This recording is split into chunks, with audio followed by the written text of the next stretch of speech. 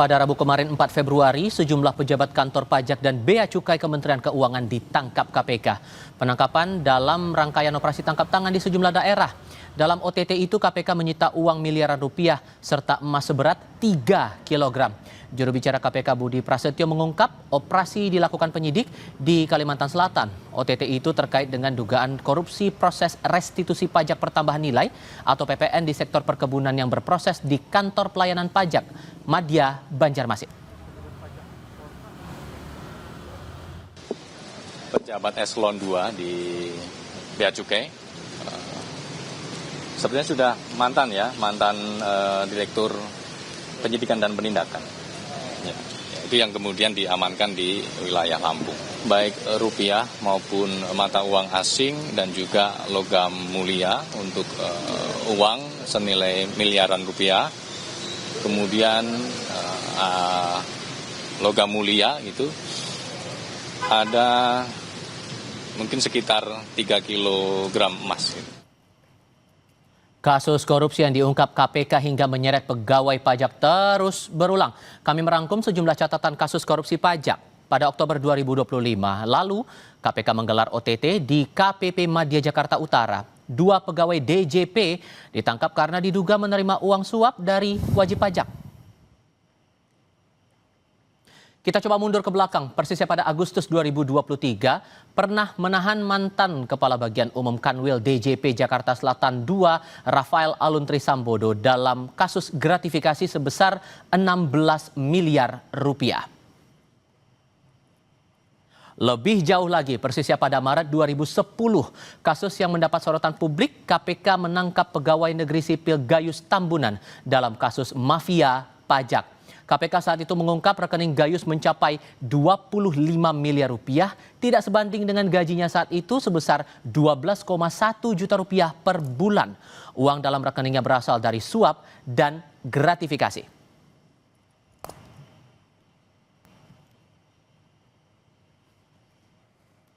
Usai KPK melakukan operasi tangkap tangan kemarin di 2 titik, KPP Banjarmasin dan Bea Cukai Jakarta, Menteri Keuangan Purbaya Yudhisa Dewa buka suara. Ia menegaskan, jika anak buahnya terbukti bersalah, maka harus diproses dan ditindak sesuai aturan hukum yang berlaku.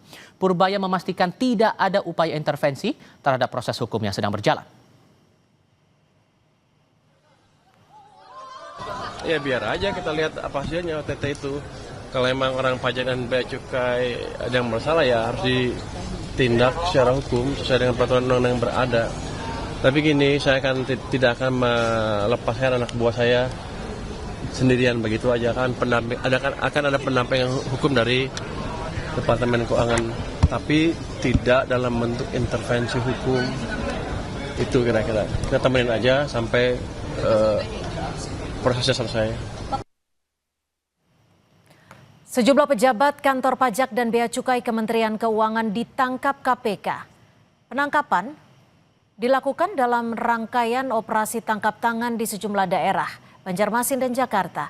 Apa yang ingin didalami KPK untuk OTT kali ini? Lebih lengkap kita tanya ke mantan penyidik senior KPK, Praswat Nugraha. Selamat sore Mas Praswat.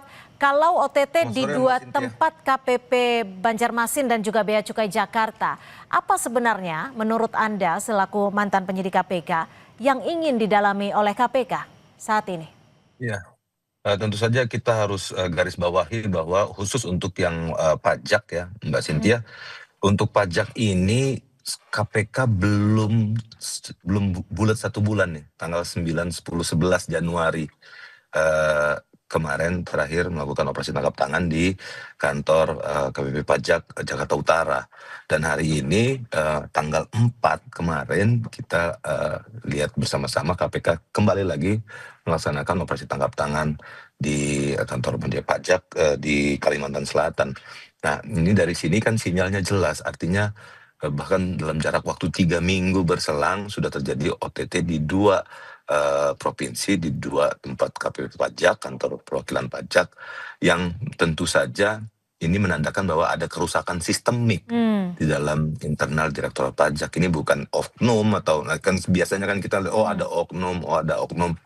Menurut saya enggak. Ini satu rangkaian. puncak gunung es saja gitu loh. Bahkan menurut saya malah sebenarnya di dasar lautnya atau di bawah permukaan air ini sebenarnya lebih brutal lagi mungkin saja gitu ya Mbak ya. Tapi sepertinya kalau sudah dalam waktu 3 minggu, artinya kan tidak ada efek jerahnya, itu tidak, deterrence effect yang ditimbulkan oleh OTT itu kan biasanya sangat sangat membuat orang traumatik ya. Jadi ketika misalnya salah satu petugas pajak atau penyidik pajak atau petugas pajak misalnya ditangkap, itu kan mereka punya semacam paguyuban atau grup bareng gitu ya. Itu pasti Ya. langsung ngerem lah gitu. Ini enggak, dalam waktu 3 minggu langsung. Itu yang pertama. Yang kedua Mbak, ini bea cukai ini kan ini pendapatan negara non pajak. Sedangkan yang pajak itu seperti kita tahu ini kan kasusnya restitusi ya. Jadi kayak misalnya ada pengurangan pajak atau ada klaim PPN Ya. yang kelebihan dan lain-lain. Jadi ada 2 sektor pendapatan negara yang utama dari 2 lini, yaitu Ya. satu sektor pajak, satu sektor non pajak. Dan hari ini itu semuanya dua-duanya di OTT. Artinya Oke, kan apakah ini artinya yang kebayang gitu salah ya. memang sistem seperti yang Anda sebutkan tadi, atau memang dari hulunya sudah harus dilakukan perombakan dan juga perbaikan total? Jadi bukan sistem, tapi sistemik, Mbak. Jadi sudah kayak memang sudah rusak itu dari segala lini kalau sistemik itu, Mbak. Bukan hanya sistemnya atau orangnya baik, tapi sistemnya buruk, atau sistemnya buruk bisa dibuat sistem yang baru, pencegahan dan lain-lain. Nanti narasinya miring lagi nih. Oh ini kurang pencegahan. Oh sebaiknya kita ngadain seminar, foto-foto bareng, diupload di Instagram, selesai. Ini enggak. Jadi mau sejuta seminar pun kita lakukan, Direktorat Pencegahan atau Deputi Pencegahan di KPK itu sudah berkali-kali, bahkan mungkin Pak Menteri juga Pak Purbaya sudah berkali-kali. Ya. Ini juga enggak menjadi solusi. Memang saya pikir kalau memang perlu dirombak total atau diganti, di switch misalnya ya, misalnya itu kan banyak dirjen-dirjen yang lain tuh di Kementerian Keuangan. Itu juga bisa jadi satu ide yang revolusioner. Oke. Memang orangnya itu harus diganti. Tidak boleh terlalu lama bercokol di situ, karena kalau sudah terlalu lama dia membangun satu klaster dan satu semacam kartel yang nggak bisa dirubah lagi. Oke. Sudah terlalu lama mereka. Artinya di sana sudah terlalu kuat gebet sama, fondasinya sudah seperti terlalu itu untuk kuat melakukan fondasinya dan kejahatan ya. Mas dan Pras, sudah terlalu luas jaringan mereka dengan wajib pajak nakal itu. Jadi memang kolaboratifnya itu sudah sempurna. oke, Gitu, Mas Pras, Mbak tapi Cynthia. kalau Anda menyebutkan ini sebuah sistemik dan semua lini sudah rusak dalam Iya. tanda kutip, bagaimana setidaknya Komisi Pemberantasan Korupsi bisa melakukan penelusuran secara lengkap sehingga semuanya ini bisa dibongkar dan mungkin saja ada efek jerah jika semuanya bisa Jadi dibongkar?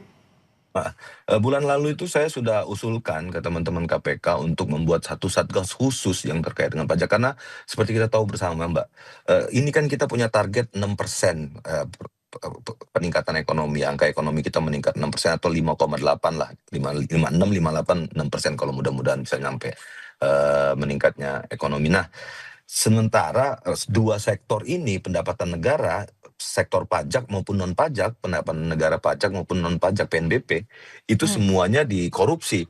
Nah ini memang harus, saya pikir KPK harus mungkin bisa membentuk satu satgas khusus atau bahkan mungkin subdirektorat gitu ya untuk pajak di Kedeputian Penindakan atau Direktorat Penyidikan yang memang konsentrasi di pajak. Karena mau nggak mau, seberapa besar pun ini fakta yang sangat menyakitkan sebenarnya. Seberapa besar pun negara kita bersusah payah untuk membangun ekonomi kita, mensejahterakan rakyat, tapi kalau uang pajaknya, uang pembangunannya Iya. ini dicuri dan selalu Iya. bocor, itu nggak ada gunanya, Mbak. Apapun itu, seperti menyiram air ke pasir, tidak akan ada gunanya sama sekali. Itu, Mbak. Mas Pras, kalau Menteri Keuangan Purbaya kan juga sempat menegaskan jika anak buahnya terbukti bersalah, maka harus diproses, ditindak, tidak akan ada intervensi. Apakah menurut Anda ini hal yang serius yang bisa dijadikan dasar bagi anak buahnya di bawah Kementerian Keuangan ini tidak lagi melakukan tindakan-tindakan merugikan bagi negara? Saya pikir statement Pak Menteri tentu saja itu statement yang normatif ya Mbak Cynthia. Pasti kalau misalnya ada, kan sudah berlakulah asas equality before the law gitu ya, Ya.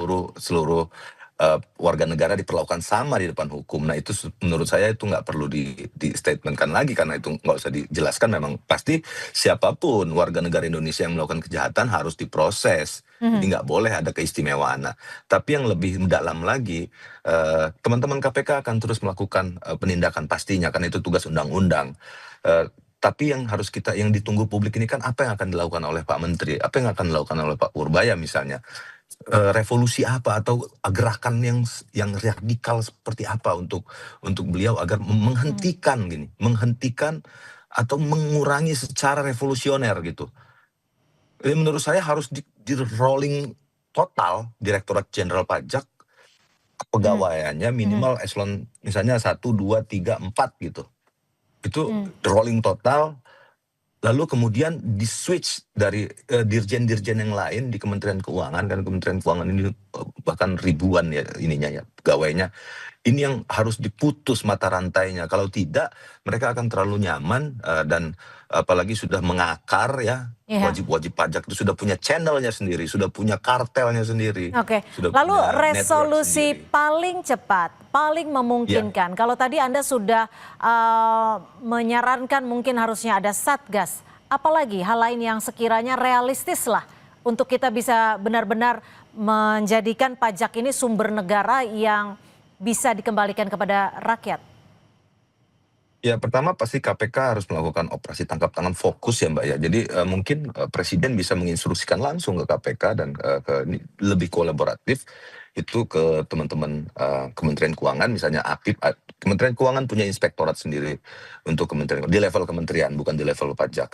Nah itu bisa langsung kita gencarkan operasi bersama itu konkret bisa dilakukan minggu depan bahkan besok pun bisa teman-teman KPK bisa operasi bareng sama seluruh wilayah Direktorat Pajak yang ada di Indonesia bekerja sama dengan APIP dan ini sudah sering kita lakukan dulu juga bareng-bareng kami nangkep penyidik pajak di bandara dulu ya Terminal 3 kasusnya Master Seal saya penyidiknya kebetulan. Nah itu juga kita kolaborasi terus dan sudah sering sekali kita laksanakan kolaborasi ini dan ini terus-terusan kita lakukan itu satu dari sisi KPK, kedua dari sisi Pak Menteri rolling ya total kita putus generasi, harus dipotong generasinya. Jadi tidak boleh lagi ada orang-orang yang sudah terlalu lama gitu ya.